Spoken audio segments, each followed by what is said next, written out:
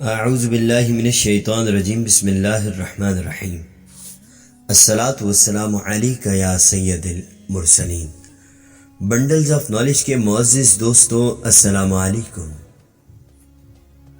ناظرین کرام، جیسا کہ آپ تمام دوست یہ بات بخوبی جانتے ہیں کہ کل رات کراچی میں بہت تیز آندھی آئی تھی۔ ناظرین کرام، آندھی کیا ہوتی ہے اور یہ کیوں آتی ہے؟ آندھی کے وقت حضور سرور دو عالم صلی اللہ تعالیٰ علیہ وسلم کا کیا طریقہ کار تھا، اور آندھی سے متعلق ایک بہت اہم سوال، اور آندھی آئے تو ہمیں کیا کرنا چاہیے، یہ تمام باتیں ہم آپ دوستوں کو آج کی ویڈیو میں بتانے جا رہے ہیں۔ لیکن ویڈیو میں آگے بڑھنے سے قبل آپ تمام نئے دیکھنے والے دوستوں سے گزارش کرتا ہوں کہ مزید اس طرح کی ویڈیوز دیکھنے کے لیے ہمارے چینل بنڈلز آف نالج کو سبسکرائب کر کے ساتھ موجود بیل آئیکن کو پریس کر لیں۔ شکریہ۔ ناظرین کرام، آندھی جب خشک موسم میں میدانی علاقوں میں تلاطم خیز ہوائیں گرد و غبار کے بادلوں کے ساتھ آتی ہیں تو انہیں گرد و غبار کے طوفان یا آندھی کہا جاتا ہے۔ یہ طوفان اپنے ساتھ سیاہ یا زرد رنگ کے گرد و غبار کے بادل لاتے ہیں، جنہیں بالترتیب سیاہ یا زرد آندھی کہا جاتا ہے۔ جب یہ طوفان آتے ہیں تو سیاہ آندھی کی صورت میں ماحول پر گھٹا ٹوپ اندھیرا چھا جاتا ہے، اور زرد آندھی کی صورت میں ہر شے زرد نظر آتی ہے۔ ان دو صورتوں میں خوب ریت برستی ہے، ہوا کی رفتار بے انتہا تیز ہوتی ہے، جس کا نتیجہ زبردست تباہی ہوتا ہے۔ درخت اور کھمبے وغیرہ جڑ سے اکھڑ جاتے ہیں، سائن بورڈز گر جاتے ہیں، فصلیں تباہ ہو جاتی ہیں، مویشی مر جاتے ہیں، مکانات کی چھتیں اڑ جاتی ہیں، غرض کے وسیع پیمانے پر جانی اور مالی نقصان ہوتا ہے۔ ناظرین کرام، یہ طوفان بڑے طویل فاصلے طے کرتے ہیں، اور اب تک کے مطالعے کے مطابق یہ فاصلہ 2 سے 2500 میل تک ہو سکتا ہے۔ ناظرین کرام، آندھی کے وقت حضور سرور دو عالم صلی اللہ تعالیٰ علیہ وسلم کا طریقہ کار کیا تھا؟ حضرت عائشہ صدیقہ رضی اللہ تعالیٰ عنہ فرماتی ہیں کہ جب ابر یعنی آندھی وغیرہ ہوتی تھی تو حضور اقدس صلی اللہ تعالیٰ علیہ وسلم کے چہرہ انور پر اس کا اثر ظاہر ہو جاتا تھا، اور آپ صلی اللہ تعالیٰ علیہ وسلم کے چہرہ انور کا رنگ فک ہو جاتا تھا، اور خوف کی وجہ سے آپ صلی اللہ تعالیٰ علیہ وسلم کبھی اندر تشریف لے جاتے اور کبھی باہر تشریف لے آتے، اور یہ دعا پڑھا کرتے تھے۔ بسم اللہ الرحمن الرحیم۔ اللہم انی اسألک خیرہا وخیر ما فیہا وخیر ما ارسلت بہ واعوذ بک من شرہا وشر ما فیہا وشر ما۔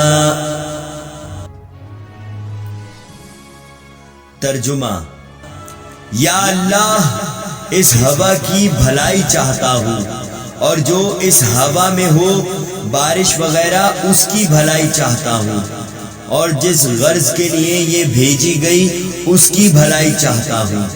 یا اللہ، میں اس ہوا کی برائی سے پناہ مانگتا ہوں، اور جو چیز اس میں ہے اور جس غرض سے یہ بھیجی گئی ہے اس کی برائی سے پناہ مانگتا ہوں۔ اور عائشہ صدیقہ رضی اللہ تعالی عنہا فرماتی ہیں کہ جب بارش شروع ہو جاتی تو حضور سرور دو عالم صلی اللہ تعالی علیہ وسلم کے چہرہ انور پر انبساط شروع ہوتا۔ میں نے عرض کیا کہ یا رسول اللہ صلی اللہ تعالی علیہ وسلم، سب لوگ جب ابر دیکھتے ہیں تو خوش ہوتے ہیں کہ بارش کے آثار معلوم ہوئے، مگر آپ صلی اللہ تعالی علیہ وسلم پر ایک گرانی محسوس ہوتی ہے، تو حضور صلی اللہ تعالی علیہ وسلم نے ارشاد فرمایا کہ اے عائشہ، مجھے اس کا کیا اطمینان ہے کہ اس میں عذاب نہ ہو۔ قوم عاد کو ہوا کے ساتھ عذاب دیا گیا، اور وہ ابر کو دیکھ کر خوش ہوئے تھے کہ اس میں ہمارے لیے پانی برسایا جائے گا، حالانکہ اس میں عذاب تھا۔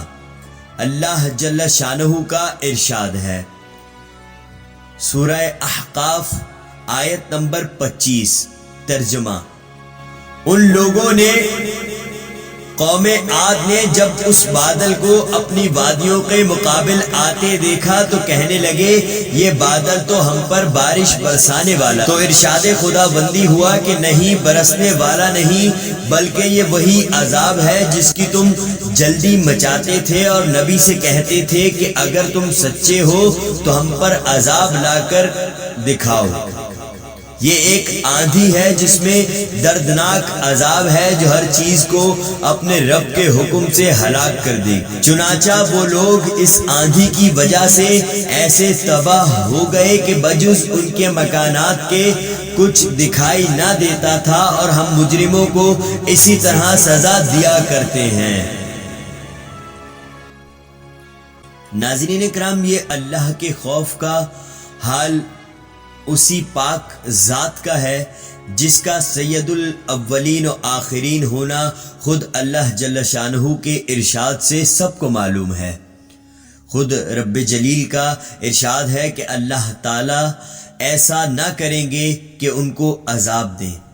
اس وعدہ خداوندی کے باوجود پھر حضور سرور دو عالم صلی اللہ تعالی علیہ وسلم کے خوف الہی کا یہ حال تھا کہ ابر اور آندھی کو دیکھ کر پہلی قوموں کے عذاب یاد آ جایا کرتے تھے۔ اسی کے ساتھ ایک نگاہ ہمیں اپنے حال پر بھی کرنا چاہیے کہ ہم لوگ ہر وقت گناہوں میں مبتلا رہتے ہیں اور زلزلوں اور دوسری قسم کے عذابوں کو دیکھ کر بجائے اس سے متاثر ہونے کے توبہ و استغفار و نماز وغیرہ میں مشغول ہونے کے دوسری قسم کے لغو تحقیقات میں پڑ جاتے ہیں اور مزید گناہوں میں مبتلا ہو جاتے ہیں۔ ناظرین کرام، آندھی کے متعلق کہا جاتا ہے کہ جب کوئی آندھی یا طوفان آئے یا آسمان سرخ ہو تو اس وقت کہیں کوئی ظلم کیا جا رہا ہوتا ہے، تو کیا یہ درست ہے؟ تو اس سوال کا جواب یہ ہے کہ یہ اللہ تعالیٰ کا ایک نظام ہے۔ آپ نے جو کہا یہ ممکن ہے لیکن شرعاً کوئی بات نہیں ہے، اور اگر ایسا ہو تو یہ اللہ تعالیٰ کی ناراضگی ہوتی ہے اپنے بندوں کے برے اعمال کی وجہ سے، لہٰذا ممکن ہے، لیکن شرعاً ایسی کوئی بات احادیث میں نہیں ملتی۔ لیکن یہ بات صحیح ہے کہ ہمیں اس طرح کی چیزوں سے، اللہ کی نشانیوں سے عبرت حاصل کرنا چاہیے اور استغفار کرنی چاہیے۔ استغفر اللہ ربی من کل ذنب واتوب علیہ۔ اب ویڈیو کے آخر میں آندھی آئے تو ہمیں کیا کرنا چاہیے؟ ناظرین کرام، آپ تمام دوستوں کے لیے ایک مشورہ ہے، ہمیشہ یاد رکھیے کہ جب بھی موسمی انتباہ تیز آندھی، طوفان، باد و باران کے لیے جاری کیا جائے تو سب سے پہلے یہ یاد رکھیے کہ اس طرح کے حالات پیدا ہو سکتے ہیں کہ گرج چمک کے ساتھ طوفان میں بجلی گرنے، شدید آندھی، ژالہ باری اور شدید بارش کا خدشہ ہوتا ہے۔ یہ سفر اور بجلی کی فراہمی میں عارضی رکاوٹ کا بھی باعث بنتا ہے۔ شدید آندھی کی صورت میں درخت، بل بورڈ اور کھمبے گرنے اور تارے ٹوٹنے کا خطرہ زیادہ ہوتا ہے، جس میں احتیاط لازمی ہے۔